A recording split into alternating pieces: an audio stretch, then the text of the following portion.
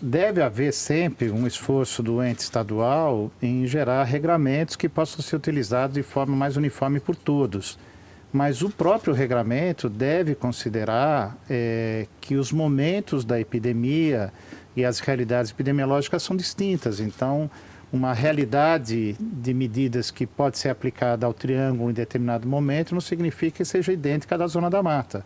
Agora, se os dois tiverem a mesma realidade epidemiológica, a mesma taxa de incidência, eles devem usar das mesmas armas. Então, cabe muito ao Estado favorecer esse tipo de alinhamento e criar essa metodologia que distingua as realidades. Independente do cenário financeiro, seja lá o que for, sempre haverá uma responsabilidade a maior do prefeito em fornecer os meios, buscar os recursos. Então, cabe aos municípios uma diligência muito grande.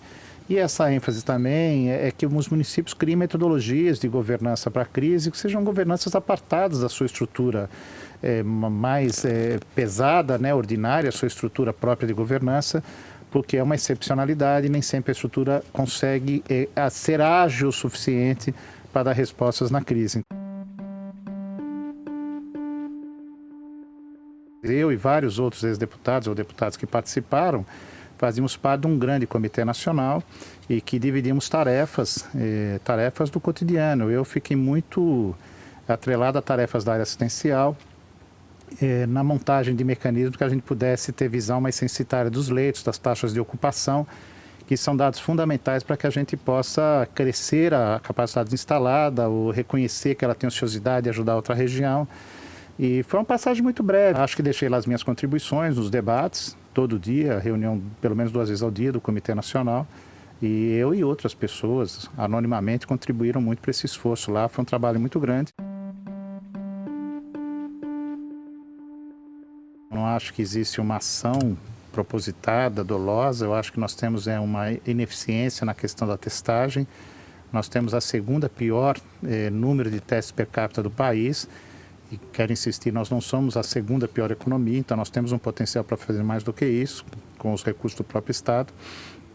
E isso afeta até porque nos coloca num conforto de uma situação que não é real. Nós estamos vizinhos de 2 estados com uma crise deflagrada e muito provavelmente nós vamos ter mais casos aqui, então precisamos de mais diligências. A transmissibilidade do SARS-CoV-2 é muito grande. Então, acomete muitas pessoas simultaneamente. Mesmo que só 4 ou 5% vão ter casos graves, pouco de muito é muito.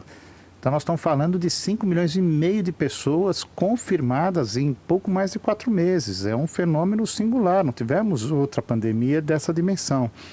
Então, eu digo isso para que essa visão simplista, mas 80% não vão ter nada, deixa o povo circular, vai ter mesmo, é só 5% que é grave.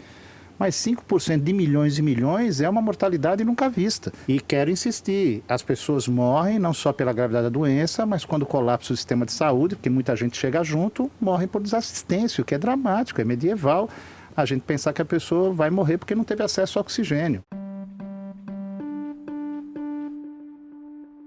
Os territórios, eles têm momentos epidemiológicos distintos. Então, o fato de nós não estarmos ainda com crescimento de caso, sem a gente ter condição de ter testado a nossa população, não significa que nós estamos isentos de risco. Que pode ser que na queda dos casos de São Paulo e a sua necessária e vital flexibilização, porque a vida tem que continuar acontecendo, o vírus circule mais numa população, no caso de São Paulo, que já vai ter grau de imunidade, mas circule também entre nós, que somos vizinhos, uma população que não tem grau de imunidade muito grande. Então, do ponto de vista lógico, é possível se pensar que nós tenhamos ainda um crescimento de casos em Minas Gerais a despeito da solução de São Paulo e Rio de Janeiro. Muita coisa vai mudar, sabe, daqui para frente. Uma delas é a própria visão do sistema de saúde. Nós temos insistido muito e corretamente na priorização das atenções dos cuidados primários, mas estamos vendo que na agudeza de uma crise como essa, a gente depende muito da resposta hospitalar, do pronto atendimento. E aí a gente vai ter que avançar um pouco na concepção de que a saúde precisa ter também uma reserva estratégica para esses momentos de pico. A gente não pode esperar ter uma crise para ir comprar insumo para enfrentar a crise, que é o que está acontecendo no Brasil. Nós temos que ter uma reserva estratégica. A gente não paga bombeiro por incêndio que apaga. A gente paga imposto para ter o quartel do bombeiro ali. Pode passar um ano sem incêndio, mas eles estão lá nos dando segurança.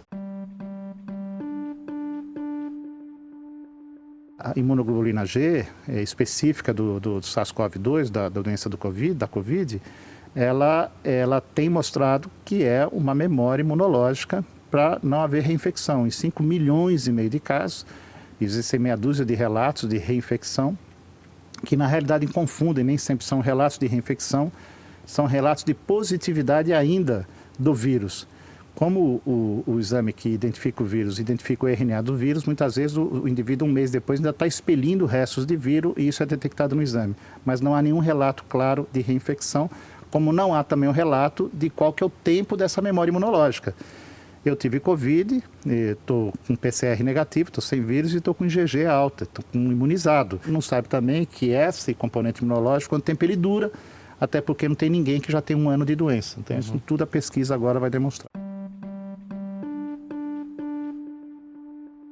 Em poucas semanas, o genoma inteiro já estava mapeado, já tinha teste específico. É uma coisa muito bonita a resposta da ciência. Lógico que há dificuldades de ordem econômica, no meio disso, há os interesses econômicos muito poderosos, né? Mas a ciência respondeu e nunca o conhecimento transitou tão rapidamente, que nós estamos vivendo uma pandemia num momento novo também da era do conhecimento, da informação, de uma internet mais madura do que as crises anteriores. E as experiências foram compartilhadas muito rapidamente, são menos que 5 meses. Então, a ciência já provou muita coisa, provou que a cloroquina não tem eficiência científica, mas que está no arsenal terapêutico por decisão dos médicos, ninguém está proibindo o médico de tomar cloroquina. Mostrou que o tratamento é fundamental manter a saturação de oxigênio, então o oxigênio, o acesso ao oxigênio é vital para os casos moderados e graves. Mostrou que o uso do coagulante é fundamental para que a doença não avance e mostrou o panorama epidemiológico como evidência, não é achismo, que a única medida que atrasa o agravamento da crise é o distanciamento social. As várias curvas dos vários países demonstram claramente que a adoção de medidas de quarentena mudou em 2 semanas o comportamento e o número de casos e com isso permitiu ao sistema respirar e atender as pessoas. Muitas coisas nós só vamos responder com o tempo, daqui 1 ano ou 2, e é preciso que as pessoas façam a sua parte.